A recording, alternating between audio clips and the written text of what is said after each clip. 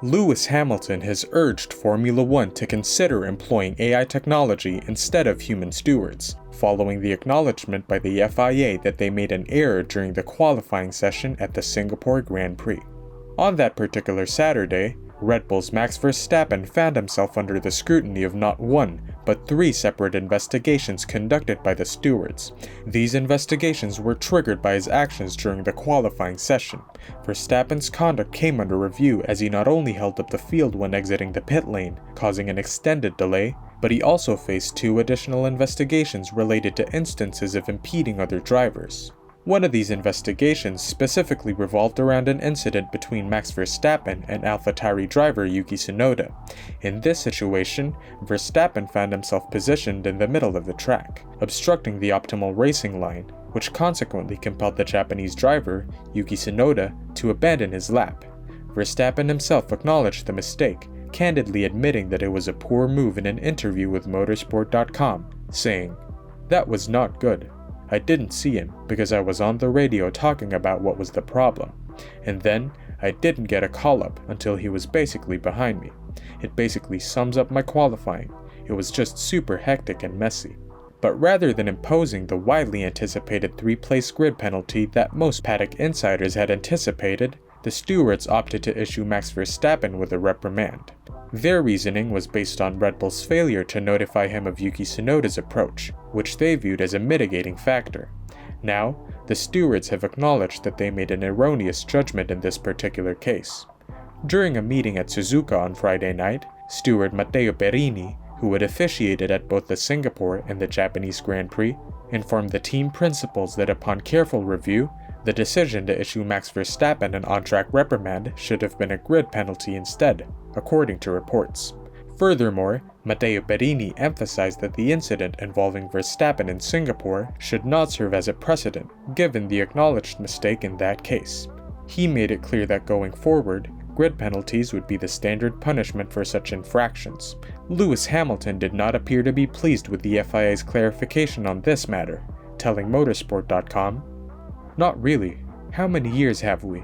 That rule has been the same for ages, you know? I think we need to start looking into AI for this sort of thing, so we get good decisions." When questioned about his stance on the idea of having permanent stewards in Formula One, the Mercedes star said, "I would like to see whether AI could do a better job or not."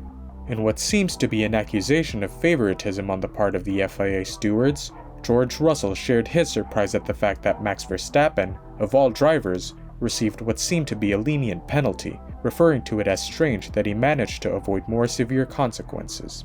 He said, "It was definitely a bit strange to see even Max got away with those reprimands last week.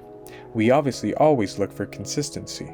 We appreciate it's not easy in the best of times, but last week was obviously a bit of a slam dunk, so it was strange why it didn't happen." Speaking of George Russell, F1 pundit Peter Windsor is convinced that the tension witnessed between the young British driver and his legendary teammate Lewis Hamilton during the Japanese Grand Prix puts on display just why Sir Lewis was strongly inclined to retain Valtteri Bottas at Mercedes beyond the 2021 season. On Sunday at Suzuka, Lewis Hamilton and George Russell delivered some of the most thrilling moments of the race, engaging in intense wheel-to-wheel battles multiple times. As teammates for Mercedes, their on-track duels added an exciting dimension to the race. Following George Russell's successful overtake of Lewis Hamilton at the final chicane in the race's early stages, Hamilton swiftly counterattacked on the main straight with a bold maneuver, regaining his position. Later in the race, Hamilton applied pressure on his teammate and ultimately pushed Russell off the track at Spoon Curve. In the final laps of the race, George Russell, who was on a one-stop strategy, expressed his discontent when he was instructed to concede 5th place to Lewis Hamilton, who had opted for a 2-stop strategy.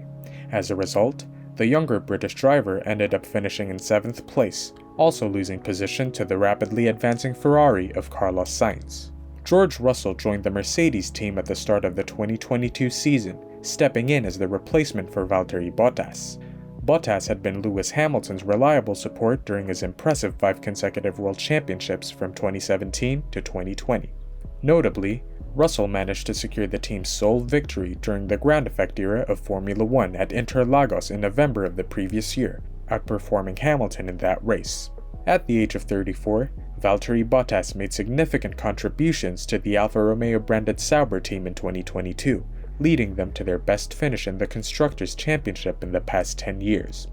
During his tenure as Lewis Hamilton's teammate at Mercedes, Bottas achieved an impressive feat by consistently reaching Q3 at every single race over 5 full seasons. In a discussion on his YouTube channel, Peter Windsor expressed concerns regarding the change in the dynamic between the drivers at Mercedes with the arrival of George Russell.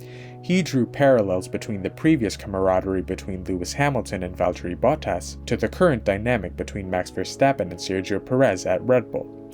Windsor voiced his apprehension that Mercedes might encounter challenges unless they can deliver a race-winning car for their competitive drivers in 2024.